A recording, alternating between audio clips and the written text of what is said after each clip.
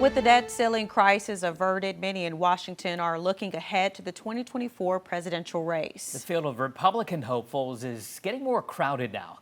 25 News Washington correspondent Joe St. George is live from the White House this morning. It looks like, Joe, some high-profile candidates expected to jump into the race this week, like former New Jersey Governor Chris Christie. What would be the benefits of a crowded field? Well, good morning. You're right. Texas tends to vote conservative in presidential politics. So anytime there's an announcement regarding a Republican presidential candidate, it's very much a local news story. Not one, not two, but three Republican presidential candidates are expected to enter the race, not just this week, but over the course of the next 24 hours.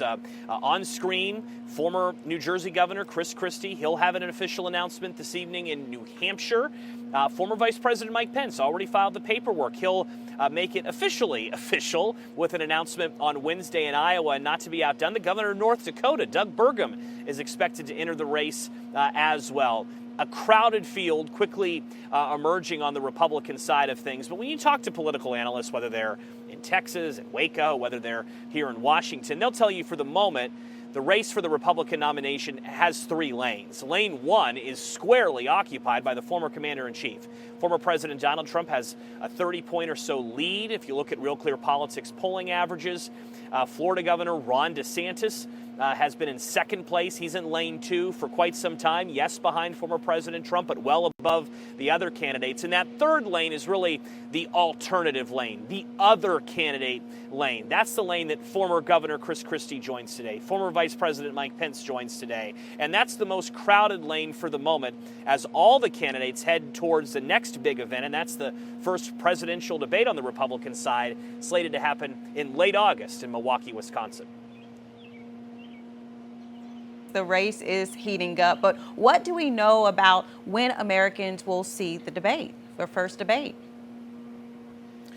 Well, I think the most important thing that we've learned over the last week or so is how do you get to this debate stage, right? And we can put on screen some of the qualifications announced by the Republican National Committee. Yes, it will be in Milwaukee, Wisconsin. Yes, Fox News will host it. It'll be on August 23rd and potentially also August 24th. If the debate stage is deemed too crowded, it'll be spread out over 2 nights. In order to qualify, and this is the most important fact for someone like a former Governor Chris Christie, you'll need to poll consistently above 1% and have at least 40,000 national contributors to your campaign. So fundraising and polling is how you get to the first debate. It's still unclear if former President Donald Trump is going to actually participate in the first presidential debate. We'll find that out later this summer. Remember, debates matter because leaders can stumble, and also a lesser-known candidate could have a chance to shine and really generate some buzz in the polls. So a long way to go still until the 2024 Republican convention, but it's certainly shifting into another gear this week. All righty, Joe, live from Washington this morning. Thank you, Joe. It's 6:54 now, and these are